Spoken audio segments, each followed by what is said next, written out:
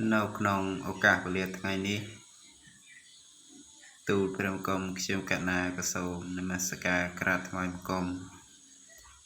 ព្រះសម្មាសម្ពុទ្ធជាទីសក្ការៈដ៏ខ្ពង់ខ្ពស់ហើយនៅក្នុងឱកាសវេលាថ្ងៃនេះ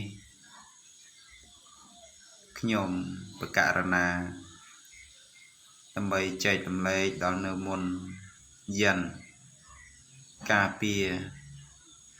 ឬមួយរស់ស៊ីធ្វើការប្រកបអាជីវកម្មក្នុងឱកាសវេលាថ្ងៃនេះជាថ្ងៃមានឱកាសព្រឹកល្អហើយយិនគាថានេះយើងយកធ្វើធ្វើជាខ្សែចង្កេះណាយិនគាថានេះយើងធ្វើជាខ្សែចង្កេះក៏លោកកូនសិស្សអតីគិតមិនបានចេះបានចាំនៅក្នុងយិននីមួយអក្សរសាស្ត្រនីមួយគិតមិនបានចេះបានចាំតាំង3គាថានេះគឺការយើងធ្វើគេខ្សែចង្កេះរស់ស៊ីនៅផងការពារខ្លួននៅផងនឹង3គាថានេះយើងអាចធ្វើបានមិនអីទេនេះនៅក្នុងឱកាសវេលា3គាថានេះគឺវាល្អឧត្តមដល់ខ្ពង់ខ្ពស់ពីប្រុសការយើងសិក្សាមិនទាន់បានចេះចាំតាមក្បួនតាមខ្នាតជាងនៅក្នុងបណ្ដាញសង្គម YouTube លោកគ្រូក៏ចែករំលែកបន្ថែមដើម្បីការចែកចាយដល់ញាតិញោមឬមួយលោកយាយលោកតាគិតមិនបានចេះបានចាំគិតមិនទាន់បានឃើញពីព្រោះអក្សរនេះគឺសម្រាប់ធ្វើកថាជាខ្សែចង្កេះធ្វើជាខ្សែចង្កេះពាក្យឬមួយខ្សែអសេមាខ្សែអសេមានេះគឺការពារមិនអោយអ្វីនឹងការបៀតបៀនបានឬមួយយើងការរស់ស៊ីវាមានច្រើនទៅទៀតណាប៉ុន្តែនៅមើលនៅក្នុងបណ្ដាញសង្គម YouTube របស់លោកគ្រូនៅក្នុង channel របស់លោកគ្រូគឺមានច្រើនតែអាចយកមកគួបផ្សំគ្នាធ្វើជាខ្សែចង្កេះបានមួយខ្សែចង្កេះវាធ្វើមាន8កថា9មិនយកទេ8 7និង12តែលោកគ្រូជាច្រើនទេ12កថាប៉ុន្តែយើងអក្សរខុសគ្នាទាំងអស់លោកគ្រូចេញមួយវគ្គដើម្បីឲ្យស្រួលចាំអានេះយើងកាត់កថាប៉ុណ្ណឹងយើងចំកថានឹងមកណាចំគីឡូអស់លោកដែលនៅទីចិត្តទីឆ្ងាយមិនទាន់បានឃើញមិនដែលយល់ឥឡូវនៅក្នុងឱកាសវេលាថ្ងៃនេះទូលព្រះបង្គំខ្ញុំកណាក៏សូមចែករំលែកនឹងយិនគាថាដើម្បីយកទៅប្រើប្រាស់ហើយទុកសោកទៀតយើងការប្រើប្រាស់ឲ្យត្រូវតាមក្បួនតាមខ្នាតទំនៀមទម្លាប់ប្រពៃណីខ្មែររបស់យើងហើយយើងទៅសេអក្សរដោយលោកគ្រូបានបញ្ចាំងនៅលើកញ្ចក់ទូរស័ព្ទលើមួយកាមេរ៉ាដើម្បីឲ្យកូនសិស្សយកទៅប្រើប្រាស់ឲ្យមានដៃជះបើយើងកណ្ណការរស់ស៊ីប៉ុន្តែបើយើងមិនការពារក៏វាមិនកើតរស់ស៊ីផងការពារខ្លួនដើម្បីកុំឲ្យមានអានេះគឺការពារប៉ុន្តែបើឈឺកាត់គ្រុនល្ងាអានឹងយើងរត់ត្រូវពេទ្យ នោះរបស់ដែលត្រូវមើលពេទ្យបើរបស់ដែលត្រូវយើងមើលគ្រូខ្មែរយើងមើលដូចចោះរបស់ដែលណាដែលយើងមើលពេទ្យយើងមើលតោះអត់មានទើខុសអីទេគណថាលោកគ្រូមិនអោយជឿទៅទាំងស្រុងប៉ុន្តែយើងត្រូវមានពិសោធន៍មើលតើយកទៅប្រើប្រាស់វាត្រឹមត្រូវតាមក្បួនតាមຂ្នាតអត់ពីព្រោះលោកគ្រូសិក្សារៀនសូត្រមកមានក្បួនមានຂ្នាតពីលោកគ្រូពាក្យចាស់បុរាណលោកពោលថាចេះពីម៉តពីគ្រូណាចេះពីម៉តពីគ្រូនោះគឺការយើងសិក្សារៀនសូត្រជាមួយគ្រូកាលពីមុនយើងដើររកគ្រូសិក្សារៀនសូត្រធ្វើទុដងសមាធិនៅក្នុងព្រៃស្មោសាន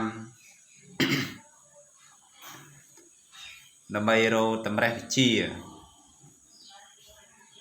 មកផ្សព្វផ្សាយលើសង្គមបណ្ដាញសប្តាហ៍ថ្ងៃនេះ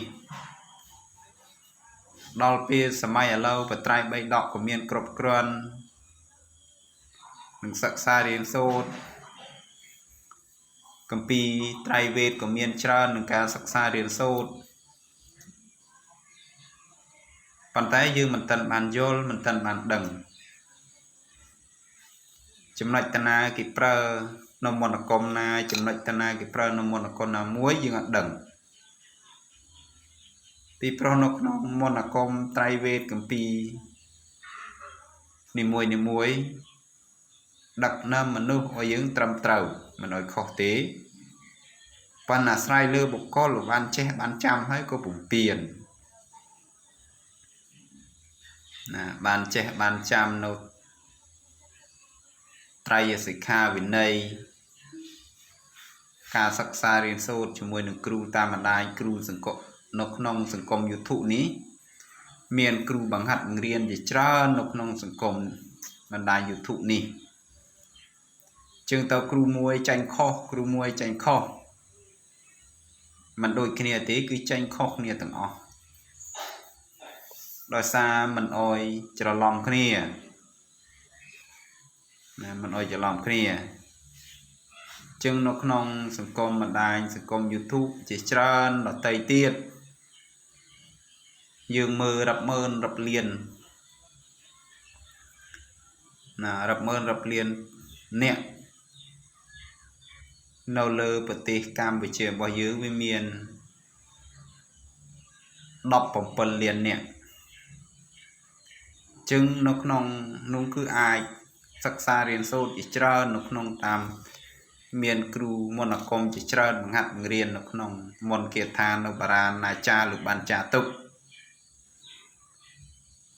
បារាណាចារលោកបានចាទុកដើម្បីអោយអស់លោកដែលសិក្សារៀនសូត្រនៅតាមសិក្ខាវិន័យតាមគម្ពីរនីមួយ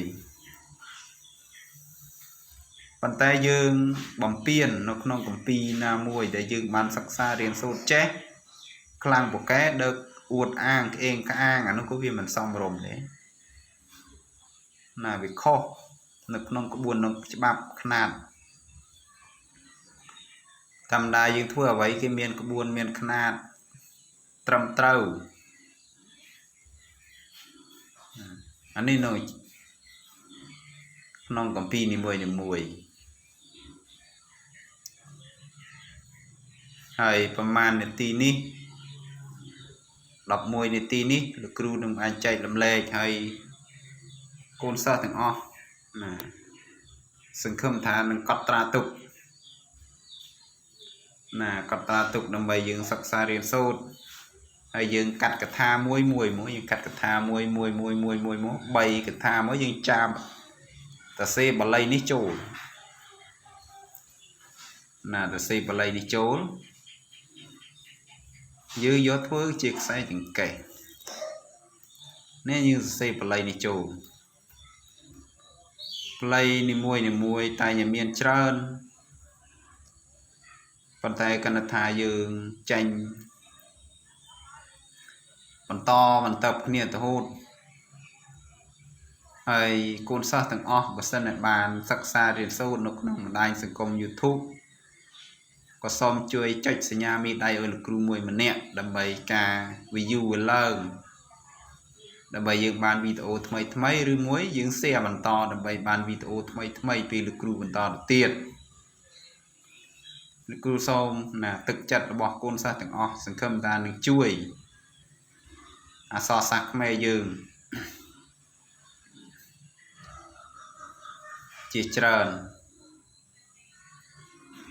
ព្រោះអក្សរសាស្ត្រខ្មែរយើងវាចិត្តបាត់បង់ជាច្រើនទៅហើយជាងបាននៅក្នុងបណ្ដាញសង្គម YouTube លោកតែងស្តុកទុក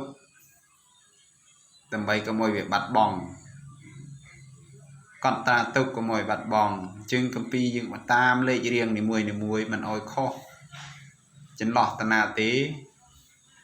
ឲ្យត្រឹមត្រូវតាមចន្លោះនៅពុទ្ធានុញ្ញាតពុទ្ធបញ្ញត្តិអានេះនៅក្នុងសម័យសប្តាហ៍ថ្ងៃជាងក៏សូមជូនពរដល់កូនសិស្សទាំងអស់សង្ឃឹមថាជួយ